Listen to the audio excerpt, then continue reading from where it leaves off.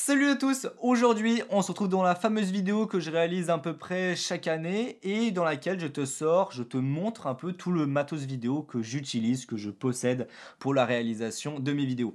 Alors je vais pas non plus tout te sortir puisque je pense que le matos de bricolage pour les drones FPV, du gaffer, du spray anti-reflet ou encore un pchit pour faire des gouttes d'eau, ça n'a pas grand intérêt, mais en tout cas je vais te montrer un petit peu le gros matos que j'utilise. Cette année j'ai acheté et revendu beaucoup de matos, toujours dans l'optique d'acheter quelque chose d'encore plus fiable, au goût du jour, du matos entre guillemets haut de gamme avec lequel je vais pouvoir évoluer longtemps dans le temps et surtout quelque chose que je vais pouvoir revendre au bon prix plusieurs années après puisque c'est bien si tu mets beaucoup d'argent mais si tu ne récupères rien à la fin en revendant ton matos, eh bien ça fait un peu mal. La première caméra que je te montre c'est la toute nouvelle FX30, donc c'est la toute dernière caméra de la gamme cinéma de chez Sony.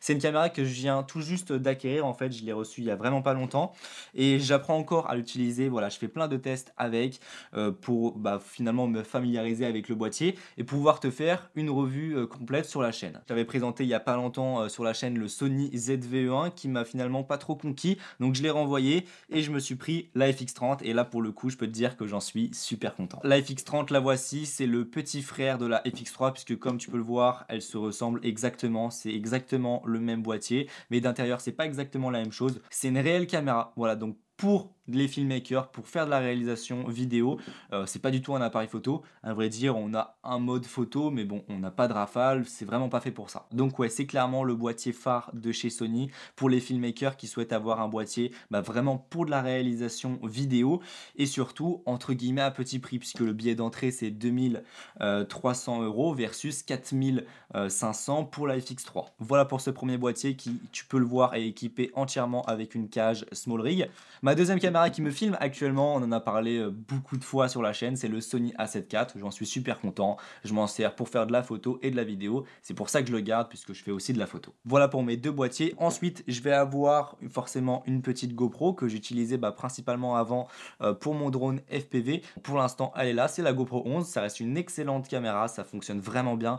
Et c'est vrai que ergonomiquement parlant et à l'utilisation, c'est super agréable à utiliser. Tu peux vraiment tirer des super belles vidéos avec. C'est vraiment pour moi l'action cam à avoir en 2023. En termes d'optique, le principal est ici. Donc l'optique que j'utilise le plus souvent, c'est le 24-70 2.8 de chez Sigma en gamme Art. C'est vraiment une superbe optique. Voilà, en 24-70, c'est l'une des meilleures sur le marché, en concurrence bien sûr avec les G Master, mais qui sont beaucoup plus chers. Et voilà, si tu veux un 24-70 haut de gamme pour pas trop cher non plus, le Sigma est vraiment parfait et au niveau de la qualité optique, il n'y a rien à dire non plus. Ensuite, dernièrement, je vais avoir le 16-28 2.8 toujours de chez Sigma en gamme Contemporary cette fois-ci.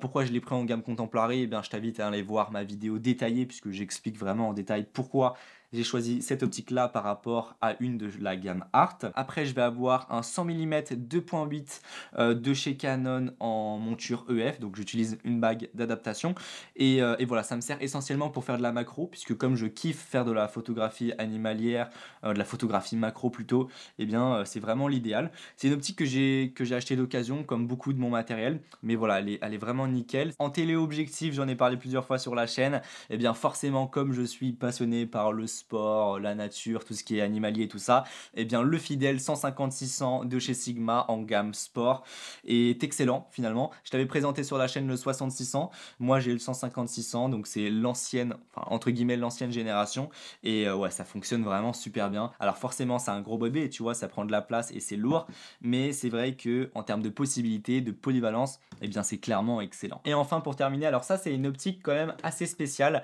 je te l'avais présenté sur la chaîne. Comme j'adore aussi tout ce qui est pack shot, donc voilà, tout ce qui est plan produit, tout ce qui est dark shot et tout ça, j'ai le Laowa 24 mm Probs. Donc c'est une optique assez particulière puisqu'en fait elle est très très longue, ça ressemble à ça, c'est une optique qui est très particulière et qui a fait beaucoup de bruit quand elle est sortie, et donc en fait c'est un 24 mm, on a des LED qui sont au bout et en fait la particularité c'est que tu vois le fût de l'objectif est très long, ce qui fait que tu vas pouvoir finalement rentrer dans plein d'objets, donc tu peux filmer des objets de très très très très proche puisque voilà, tu peux t'approcher à peine 2 mm de la lentille il me semble, donc c'est vraiment enfin voilà, tu es sur de l'ultra macro et puis ouais, tu vas pouvoir rentrer dans des objets, dans des tasses, dans des bouteilles, enfin tu peux clairement aller partout avec cet objectif-là. Et d'ailleurs comme le fût de l'objectif est étanche, et ben tu peux aussi aller dans l'eau, dans des aquariums et tout ça, filmer des poissons. Donc ça, c'est vrai que c'est un truc de dingue. Ce qui vient après les optiques forcément, et bien c'est ce qui va se mettre sur les optiques. Et donc les filtres. Les filtres de base, donc ND, CPL, UV, Neutral Night, ils font des filtres mist maintenant, les filtres pour GoPro, les filtres pour Mavic 3. Enfin bref, il y a vraiment beaucoup de choses. Et puis je me suis aussi acheté pas mal de filtres FX. Les filtres FX, eh bien ce sont des filtres d'effet. Alors les plus connus, on en avait déjà parlé sur la chaîne, c'est les filtres mist. Les filtres mist, c'est des filtres de diffusion, donc ça va te permettre d'avoir quelque chose de plus doux avec des sources de lumière qui sont beaucoup plus diffuses, qui prennent beaucoup plus d'ampleur. Donc on avait vu le filtre mist 1/4, il m'a envoyé le 1/8 que j'ai pas encore testé d'ailleurs. Et puis après j'ai tous ces filtres là, Flare Gold et Flare Blue, et j'ai également le Starlight.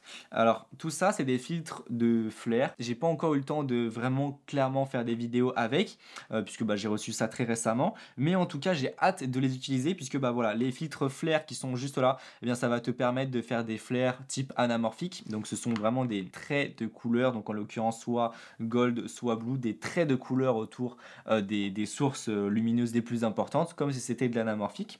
Et puis Starlight, pour le coup, pareil, il va faire plein de petits flares de couleur sur les sources de lumière les plus importantes. Pour ce qui est des accessoires caméra, du rig caméra, donc finalement c'est toutes les petites pièces qui vont venir se monter soit sur ta caméra, soit tout autour pour pouvoir finalement l'accessoiriser, l'équiper, que ça soit des bras magiques, pour pouvoir fixer des panneaux LED. Moi j'en utilise vraiment un petit peu partout. Déjà le truc de base qui n'est pas forcément obligatoire, hein, ça va être la cage. Alors la cage ça ressemble à ça, tu vois. Alors ici c'est une demi-cage puisque elle est coupée en deux. Ça c'est la cage de mon A7 IV. C'est, tu vois, un bloc de métal qui va finalement se monter sur la caméra. Et puis à partir de là, tu vois, je vais avoir plein de pas de vis, plein d'accessoires, enfin plein de prises pour pouvoir mettre des accessoires. Comme tu vois ici, on a une petite griffe old shoe. Ici, on a plein de pas de vis. Enfin bref, tu vas avoir plein de montures pour pouvoir finalement fixer plein d'accessoires autour de la caméra. Et d'ailleurs, tu vois ici, sur ma FX30, eh bien directement, j'ai la cage qui est installée. Donc pareil, c'est une cage de chez SmallRig. Et donc tu vois, la cage, elle se monte sur la caméra, comme ça. Alors ici, on est sur la cage FX3, FX30. Et typiquement, tu vois, ça te permet de mettre une clampe pour pouvoir sécuriser la prise HDMI. Ça, c'est super utile. Tu vas pouvoir directement mettre des bras magiques, directement visser un moniteur dessus. Enfin voilà, tu vas avoir plein de possibilités qui s'offrent à toi. Alors après, c'est pas destiné à tout le monde puisque c'est vrai que ça pèse son poids et finalement, est-ce que tu en as vraiment l'utilité? Je ne sais pas, et ça dépendra de tes besoins. Moi personnellement, c'est pas quelque chose que j'utilise tout le temps non plus. C'est pour ça que je trouve que la demi-cage c'est un bon compromis. Et ce qui vient juste après la cage, eh bien c'est tout ce qui est handle, donc c'est finalement des poignées. Alors ici, j'ai une poignée qui se fixe sur le dessus de la cage et à partir de là, pareil, tu vas avoir plein de pas de vis, tu vas pouvoir fixer plein de choses. Tu retrouves aussi des poignées qui viennent se greffer sur les côtés de la cage, ça existe. Tout ce qui est rotule aussi, ça c'est super utile que tu aies une cage ou non, hein, d'ailleurs. Alors ici, c'est une rotule qui vient se fixer directement sur la cage, mais j'ai également juste ici, tu vois, une petite rotule old shoe, une petite griffe flash, et donc ça vient pour le coup se mettre sur le dessus d'à peu près n'importe quelle caméra. On continue avec tout ce qui est accessoires caméra et plus précisément les sliders. Alors moi, il me semble que ça fait 2 ans que je le possède, je l'ai acheté pas très longtemps après sa sortie, et c'est toujours un excellent slider puisque c'est toujours le seul, il me semble, aujourd'hui sur le marché, il a toujours pas été détrôné. C'est le seul slider aujourd'hui sur le marché à avoir 2 mouvements de caméra à la fois. Donc tu vas pouvoir faire des travelling classiques, mais également des panoramiques. Donc tu vois, on a un moteur panoramique qui est intégré au slider, donc vraiment dans le chariot du slider. Et ça, c'est un gros plus puisque généralement, sur les sliders plus classiques entre guillemets, eh bien tu vas devoir ajouter un module externe. Et donc ça, c'est un petit peu embêtant. Et puis surtout, ça coûte de l'argent en plus. iFootage, j'aime beaucoup cette marque puisque déjà leurs produits, je trouve qu'ils sont vraiment bien designés. Et puis en termes de qualité de fabrication, là pour le coup, c'est le top du top. Ils n'hésitent pas du tout sur les matériaux, c'est-à-dire que ils mettent du métal à peu près partout, tu vois, en termes de plastique, il n'y en a quasiment pas. Donc ce sont vraiment des très beau produit et ça fonctionne extrêmement bien. On continue la motorisation avec les Ronin. Alors les Ronin, stabilisateurs de caméra, des gimbals finalement. Je pense qu'il y a pas besoin de te présenter ça si tu es dans le milieu un petit peu de l'audiovisuel puisque, bah, c'est quand même très, très connu.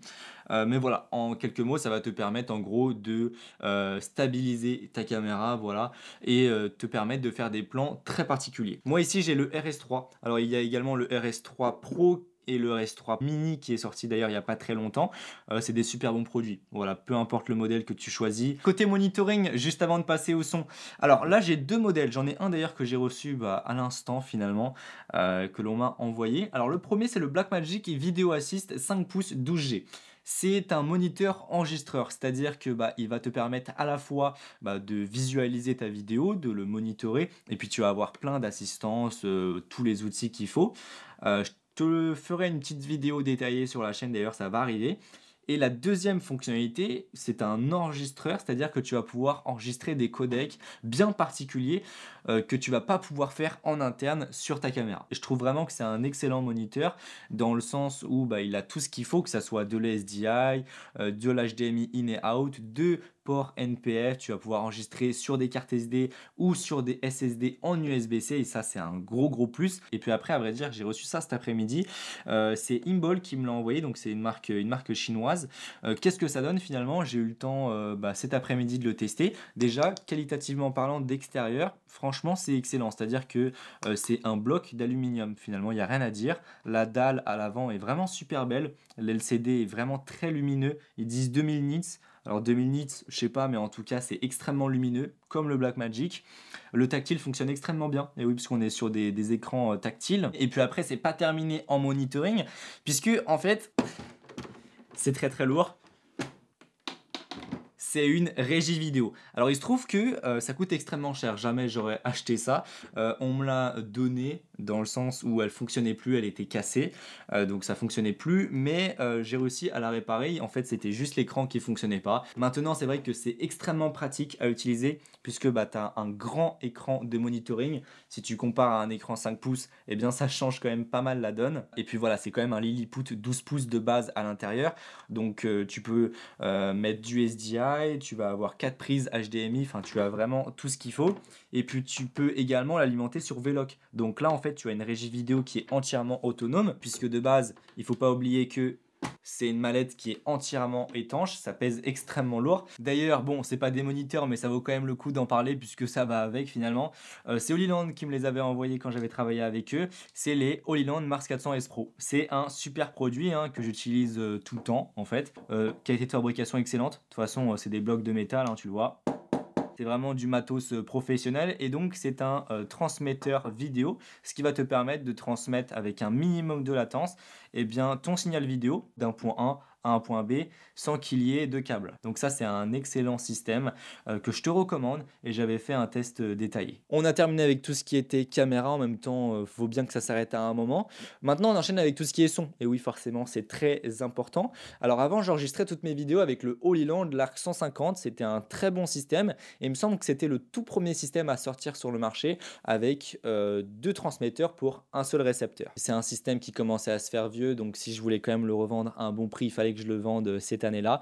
Donc je l'ai revendu pour pouvoir passer sur les DJI Mic. Les DJI Mic, ils m'ont fait quand même vraiment beaucoup d'œil. DJI, on en parlait tout à l'heure, c'est vraiment une marque qui je trouve est extraordinaire hein, et j'ai aucun lien avec eux, hein, je le pense vraiment. Donc c'est sûr que quand ils ont sorti le DJI Mic, ça m'a beaucoup hypé, surtout que j'ai pu l'essayer avant de l'acheter et waouh, c'est vraiment un truc de dingue. En fait, ils ont pris tout ce qui se faisait de mieux déjà sur le marché et un step au-dessus. Et donc là, on a 2 transmetteurs et un récepteur qui va se mettre sur la caméra. Et la particularité, c'est qu'en fait, tu le vois, on n'a aucun fil entre le système son et ma caméra. Donc voilà, ça permet vraiment d'être indépendant. En plus de ça, ils ont repris le système du Holyland l'Arc 150. Donc voilà, on a une boîte de recharge un petit peu comme des AirPods. Et ça, c'est vraiment très très pratique, surtout que voilà, la qualité de fabrication est juste ouf sur ce système, comme tous leurs produits, hein, de toute façon. Niveau ergonomie, c'est un truc de dingue. Ils ont même mis un écran OLED tactile sur le récepteur. C'était pas nécessaire, mais voilà, ils l'ont fait pour vraiment pousser le détail au maximum. Autonomie très bonne, on va avoir même des prises USB-C sur chacun des modules pour ne pas dépendre de la boîte de recharge si jamais elle est vide. Donc ça, c'est vraiment un très très gros atout puisque si elle est vide, eh ben, tu peux pas tourner. Alors que là, justement, ils ont pallié le problème. Tu vas pouvoir en plus enregistrer indépendamment sur chacun des transmetteurs. Voilà, on a 14 heures d'enregistrement disponible en interne. Malheureusement, je ne peux pas te le montrer, mais je te présenterai ça sur la chaîne. Et en fait, ce qui se passe, c'est qu'avant, j'avais des micro-cravates. Donc, j'enregistrais avec un micro-cravate branché au transmetteur. Maintenant, je fais plus ça, en fait, puisque je branche directement mon transmetteur à mon micro-canon que j'ai depuis un bon bout de temps. C'est le Rode Video NTG. Donc, Rode, c'est une excellente marque. Je pense qu'ils ont déjà fait leur preuve dans tout ce qui est système audio pour le grand public et semi-professionnel. Le Rode Video NTG, c'est un excellent système puisqu'il allie finalement toutes les technologies du Rode NTG. Donc c'est un micro canon qui nécessite une alimentation fantôme. Là en fait ils ont tout compressé voilà, pour faire un tout petit micro, mais en même temps voilà, qui est autonome, qui se branche à ta caméra en 2 secondes, qui s'allume tout seul. Tu as plein de réglages. Donc finalement c'est vraiment le top du top et je trouve la qualité audio vraiment très bonne. Donc là-dessus il n'y a rien à dire. Et franchement, je te le recommande, que ça soit lui ou le Rode VideoMic seconde génération. En termes de drone, eh bien, j'ai les deux types, que ça soit du drone FPV, hein, tu le sais, c'est ma seconde passion, tout ce qui est drone FPV. De toute façon, j'en ai suffisamment parlé sur la chaîne, que ça soit les vlogs drone FPV, les épisodes où je monte et je te montre les composants que j'ai utilisés pour le montage de mon drone FPV. C'est un drone HD avec le nouveau système O3 et j'ai donc le nouveau masque Google's 2 qui est vraiment génial. Il est hyper agréable à utiliser. Alors avant, on avait les systèmes Google's V2 que j'utilisais d'ailleurs avant et puis de passer sur un système tout petit comme ça, tu vois, c'est vraiment hyper agréable à utiliser et puis la qualité dans le retour, c'est vraiment un truc de dingue. En plus, maintenant, tu peux connecter le Mavic avec les Googles. Donc ça, c'est un truc de ouf. Alors le Mavic, justement, eh bien, c'est le Mavic 3 premier du nom. Pas Mavic 3 Pro, puisque le Mavic 3 Pro vient de sortir il y a vraiment pas longtemps. C'est d'ailleurs une tuerie. Voilà. Et d'ailleurs, je te déconseille d'acheter ce drone-là finalement, sauf si si as une bonne affaire, puisque le Mavic 3 Pro, avec les nouveaux capteurs, eh ben, finalement, il est au même prix que ce Mavic 3. On va terminer cette vidéo avec tout ce qui est trépied, éclairage, enfin tout ce qui est grip, hein, finalement, tout ce qui va autour. Voilà. Déjà, pour ce qui est de la lumière, voilà à quoi ça ressemble. Donc, je te l'avais montré, hein, tout mon système sur la chaîne, n'hésite pas à aller voir la vidéo complète. Mais c'est finalement des gros projecteurs Cobb. Donc, à l'intérieur, en fait, c'est une LED, hein, tout simplement. Une grosse LED qui est juste là. Alors là, on est sur un modèle 60 watts, donc c'est entre guillemets une petite LED. Mais tu vois, ça balance quand même pas mal. Et là, je suis à 40% de puissance. Et puis après, on va utiliser bah, plein de systèmes pour pouvoir modeler la lumière comme on le souhaite, pour pouvoir la diffuser de différentes manières. Alors ici, j'ai une softbox SmallRig qui est vraiment top de chez top. Pour tout ce qui est softbox, n'hésite surtout pas sur les modèles de chez SmallRig, ils sont vraiment géniaux, même comparé à ceux de Nadlight et Aputure, hein. Et donc la Cobb, c'est tout simplement une Aputure Amaran 60X, donc ça fait du bicolore. Après, je vais également avoir des petits panneaux, des petites minettes, donc ça pareil, je t'avais présenté sur la chaîne. J'ai par exemple le DMG Dash, donc c'est tout simplement la meilleure, et je dis bien la meilleure mignette qui se retrouve sur le marché, que ça soit en termes de techno, en termes de quête et de fabrication, et puis surtout, enfin voilà, tout rassemblé, c'est ce qui se fait de mieux aujourd'hui sur le marché. C'est également ce qui se fait de plus cher en termes de minettes. Et puis après tout ça, mon éclairage et tout ça, c'est sur des gros pieds, enfin des gros pieds, des pieds, C-stand. Donc les C-stand, c'est des pieds quand même bien balèze, je t'avais présenté tout ça, notamment avec des bras de déport. Voilà, des bras de déport, j'en ai un qui est juste au-dessus, je vais essayer de te le montrer. Voilà, bon, c'est un petit peu bancal, et puis si le son voilà, n'est pas très bon, c'est normal puisque mon micro est juste là. Et donc, tu vois, c'est un gros bras de déport qui est fixé sur un pied C-stand. Je peux te dire que c'est balèze, hein, parce que ça, c'est déporté, tout ça, il y a du poids hein, quand même, et c'est déporté à 1 mètre du trépied. Donc il faut quand même que ça soit assez robuste. Enfin, pour terminer, je vais avoir pas mal d'accessoires pour pouvoir construire mon décor, modeler un petit peu, couper la lumière ou la diffuser. Déjà, je vais avoir des réflecteurs. Voilà, donc ça c'est des trucs tout cons qui te permettent de réfléchir à la lumière, tu vois. Je vais avoir différents câbles, donc tu vois ici c'est pour couper la lumière. Et à l'inverse, ici je vais avoir un cadre directement avec une gélatine pour pouvoir diffuser la lumière, tu vois. Le néon qui est derrière, il est totalement diffusé. c'est pas parfaitement bien tendu, mais en même temps, comme c'est de la récup, le cadre est tordu. Pour mon trépied qui reste en studio, qui est toujours là, enfin voilà, c'est un trépied quand même un petit peu lourd, je vais avoir un Manfrotto 190L. Très bon matériel, enfin voilà, c'est vraiment le genre de matos garanti à vie. Et là-dessus, je vais avoir une rotule iFootage Komodo K5. Très bon modèle, c'est une petite tête fluide vidéo et l'avantage c'est qu'elle est vraiment très compacte. Il me l'avait fait tester avec le monopode d'ailleurs, le monopode iFootage Cobra 2, pareil, excellente qualité de fabrication, franchement c'est du très bon matos. Et puis en trépied de voyage, enfin pour les déplacements, enfin dès que je suis en extérieur, pareil, il me l'avait envoyé en quick starter. Voilà, c'était le prototype. Enfin, le prototype, ça, c'était vraiment le produit de lancement. C'est le AP, c'est un trépied de voyage qui reprend un tout nouveau concept, voilà. Donc en fait, on n'a pas de colonne centrale, mais on a directement un double trépied. Et ça amène à une extrême rigidité. C'est vraiment extrêmement bien conçu en termes de qualité de fabrication. Et je l'avais testé il y a 6 mois, je crois, un truc comme ça. Ça doit faire bien 6-7 mois que je l'ai reçu. Et il est nickel, quoi. J'en suis extrêmement satisfait. C'est vraiment du bon matos. Bon, bah voilà, écoute, je pense qu'on a fait le tour. On a vu beaucoup de choses. C'était très long. Mais voilà, au moins, voilà, je t'ai tout présenté. Je t'ai dit ce que j'en pensais. Et je te mets bien sûr tous les liens en description si ça t'intéresse. Si cette vidéo t'a plu, n'hésite pas à mettre un pouce bleu, à t'abonner si tu souhaites en voir plus. Si tu as des questions, c'est dans les commentaires. N'hésite pas à partager cette vidéo et à me suivre sur Instagram. Très, très important. Et puis, sur ce, on se retrouve pour une prochaine vidéo. Allez, salut! Salut à tous! Aujourd'hui, on s'attaque à la page Fairlight, la page de DaVinci Resolve qui te permet de gérer un petit peu tout ce qui est audio finalement. Que ça soit de gérer tes niveaux, d'implémenter tous tes SFX, de l'enregistrement de voix off, enfin tout ce qui est audio, ça va être dans cette page. C'est une page qui, on va pas se le cacher,